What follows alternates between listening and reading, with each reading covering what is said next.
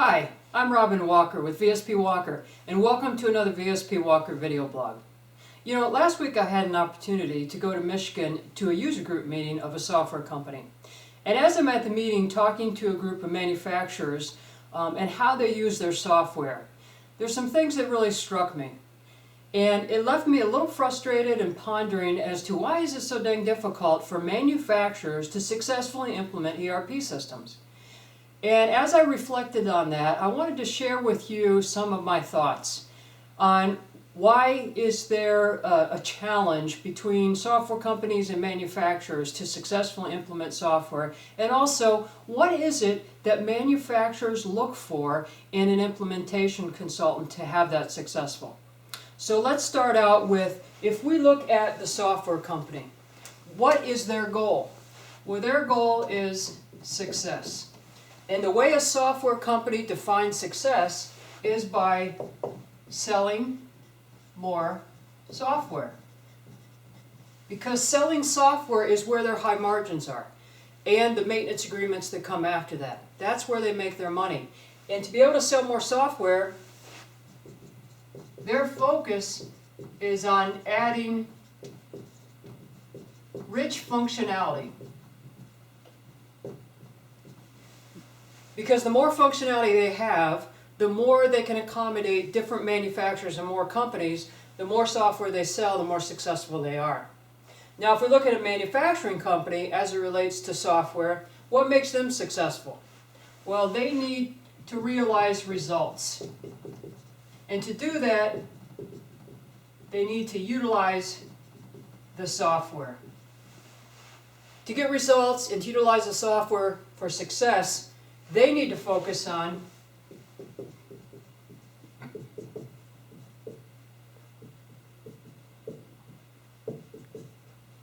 the implementation process itself. So we have the software company that needs to focus on adding rich functionality to be successful. And we have the manufacturer who needs to focus on the implementation process to be successful. And what we have is an inherent conflict that exists between these two focuses. So let's think about that. You know, the software company, from their perspective, they're saying, hey, remember, success equals lots of functionality, because that allows us to solve any issue of any manufacturer. But from the manufacturer's viewpoint, they are not just any manufacturer. They are uniquely, they'll say, I'm uniquely us. And so we need to focus on the functionality that makes us effective.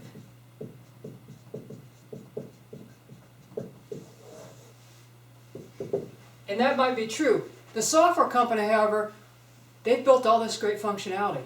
So they are obviously and rightfully excited about this technology. And they say, we have lots of things. We can do this, and we can do this, and we can do this, and all this stuff is really, really cool. But the manufacturer, they look at this and they say, yeah, it's cool technology. We get that. But what we really want is we want a consultant who understands us. And what we need is, we don't want to know what the software can do. We want to know what we should do and why it applies to us. And particularly, what results we're going to get. So they look at this and they say, what we need help on really, at the end of the day, is help for focus and simplicity. Now, is either the software company or the manufacturing company wrong in the things that they focus on? Absolutely not, because each one of these focuses gets them to success. The issue arises is, unfortunately, and software companies understand this, the more functionality they add, the more types of manufacturers that they can solve problems for, the more complex their system becomes. So it really comes down to an issue of complexity versus simplicity. The manufacturer needs to focus on simplicity. The reason they bought the software is to do more with less. But they have to take an inherently complex product, simplify it to be successful. That's really where the conflict lies. And it's no fault at all of the software company or the manufacturer. It's just that what makes them successful creates an inherent conflict. So let's talk about, as a manufacturer, what do you really need in an implementation consultant? So let's discuss that.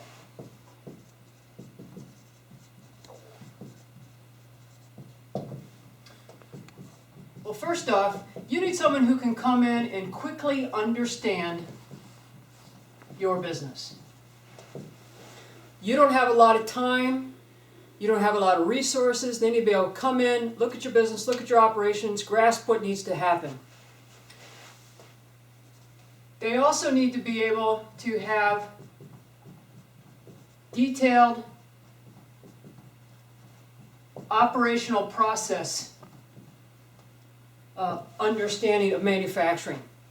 And they need to know that, because if you have someone who has only knows the software, but has never applied that in manufacturing, has maybe never worked in manufacturing, has never been intimately involved in the details of the operational processes of manufacturing, they are going to really be challenged to do the next thing that we needed them to do.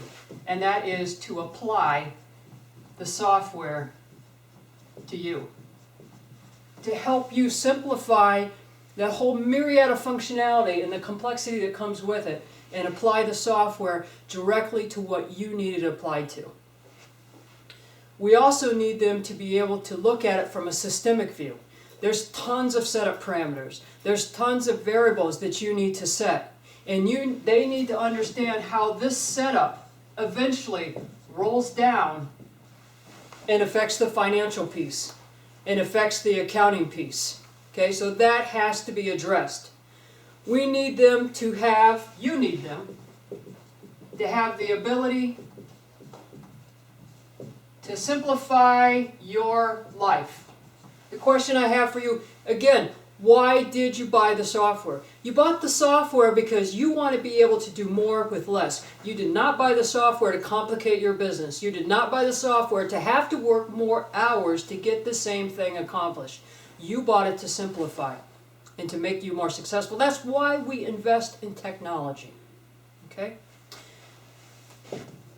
They have to have the ability to address the fear of change. Your team is going to, some of them are a little hesitant when change happens. This is something new for them. There is going to be a fear that exists amongst your team, and the software consultant is going to have to address that for you.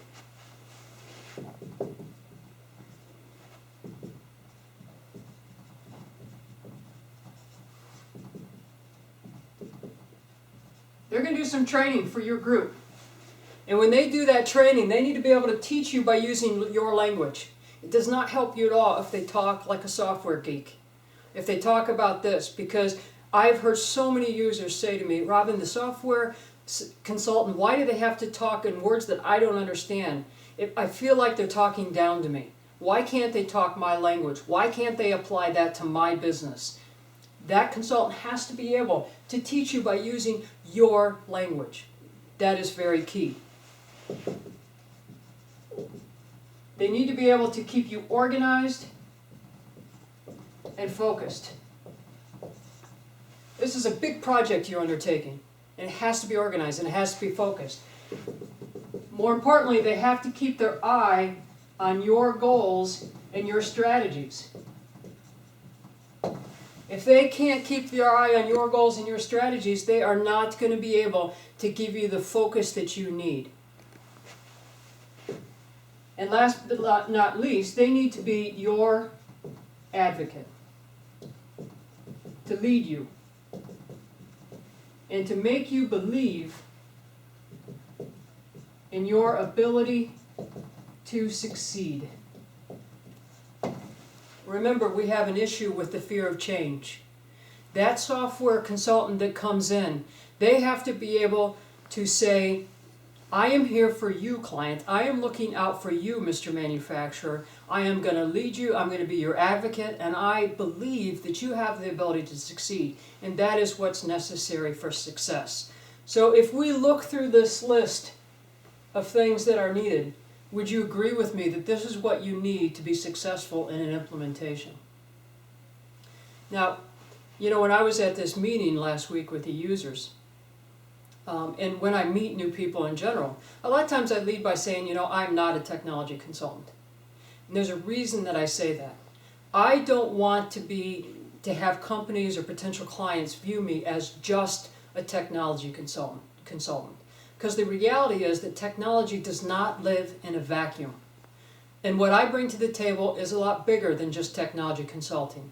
When I look at doing an implementation, you have to consider the culture, the leadership, the metrics, the processes that are in place, the goals and the strategies. And if you don't look at all those things, if you don't consider those, you're not going to be able to take this technology and align them to get results.